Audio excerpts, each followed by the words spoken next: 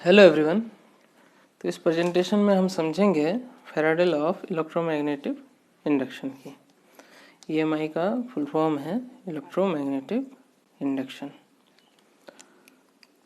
तो फैराडे एक साइंटिस्ट हैं, उन्होंने ये लॉ दिया है। बहुत ही फेमस लॉ है। पूरा मोटर, जनरेटर, ट्रांसफार्मर एक सिग्निफिकेंट रोल है। सारा काम जो है इस लॉ के हिसाब से होता है। तो इस चीज़ को समझने के लिए हमें पहले फ्लक्स समझना पड़ेगा। फ्लक्स क्या है? मान लीजिए एक बार मैग्नेट है, नॉर्थ पोल या साउथ पोल, इसके चारों ओर मैग्नेटिक फील्ड लाइन है। तो मैग्नेटिक फील्ड लाइन कितना है एक पर्टिकुलर एरिया में, तो amount of magnetic field lines, इसी को हम कह देते हैं फ्लक्स और रिप्रेजेंट कर देते हैं फाई से। ओके, इसी को हम कह देते हैं फ्लक्स और रिप्रेजेंट करते हैं फाई से। अगर नंबर ऑफ बार मैग्नेट्स हैं तो उसको हम एन फाई से रिप्रेजेंट करेंगे, एन टाइम्स फाई हो जाएगा, और उसको कहते हैं फ्लक्स लिंकेज। उसको कहते हैं फ्लक्स लिंकेज। फ्लक्स लिंकेज को हम दिखाते हैं लैम्डा से, lambda equal to n phi. Okay,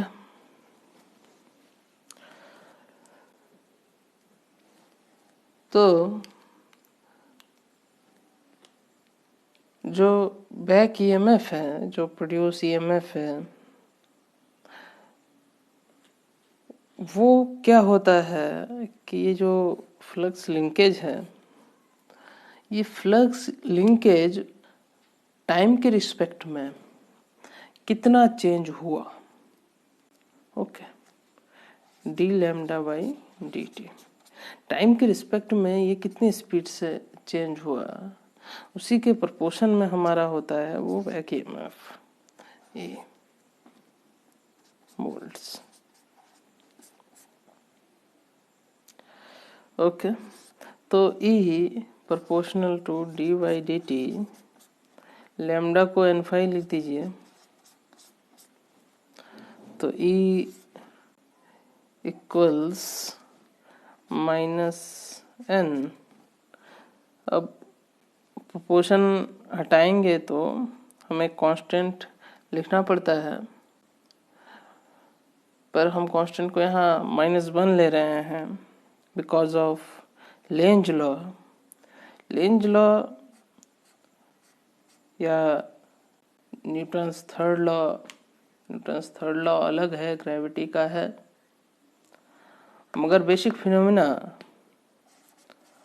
उसका ही है कि जो कॉज है, आपने मान लीजिए कोई एक्शन किया, जो कॉज है वो उसका अपोज करेगा। अगर जैसे इनर्शिया का कॉन्सेप्ट है,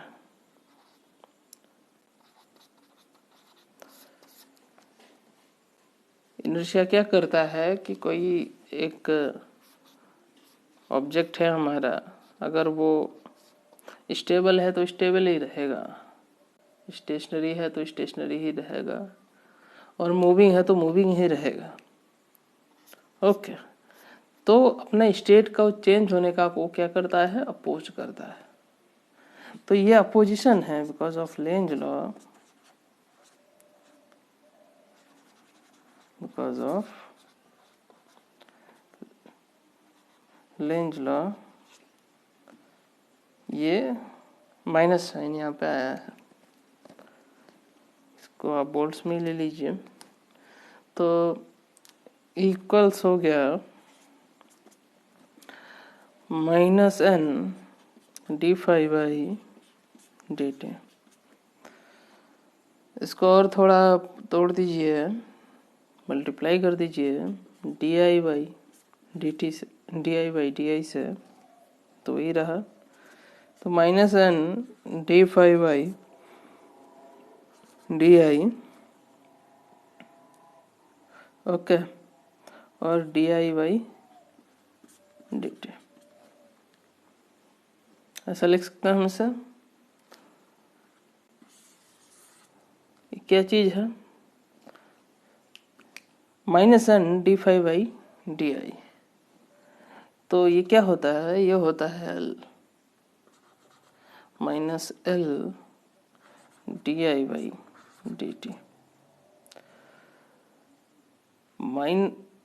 L equal to, because L equal to n d/di।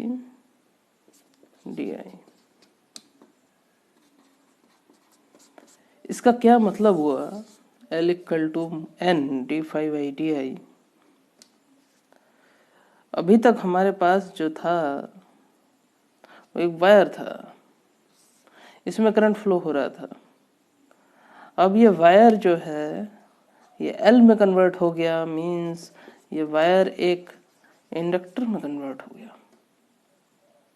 What is the physical significance of that?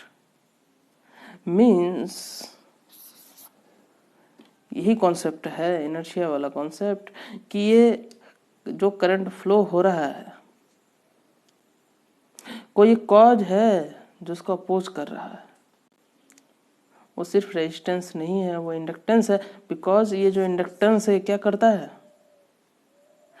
Change in current, इसको अपोज करता है।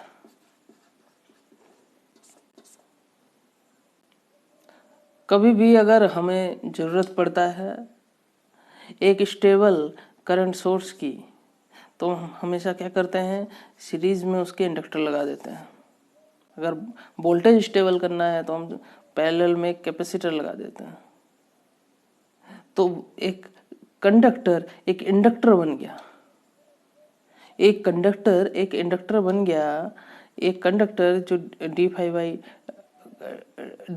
dt प्रॉपर्टी कर रहा था, हमने di से मल्टीप्लाई और डिवाइड किया तो वो इंडक्टर बन गया।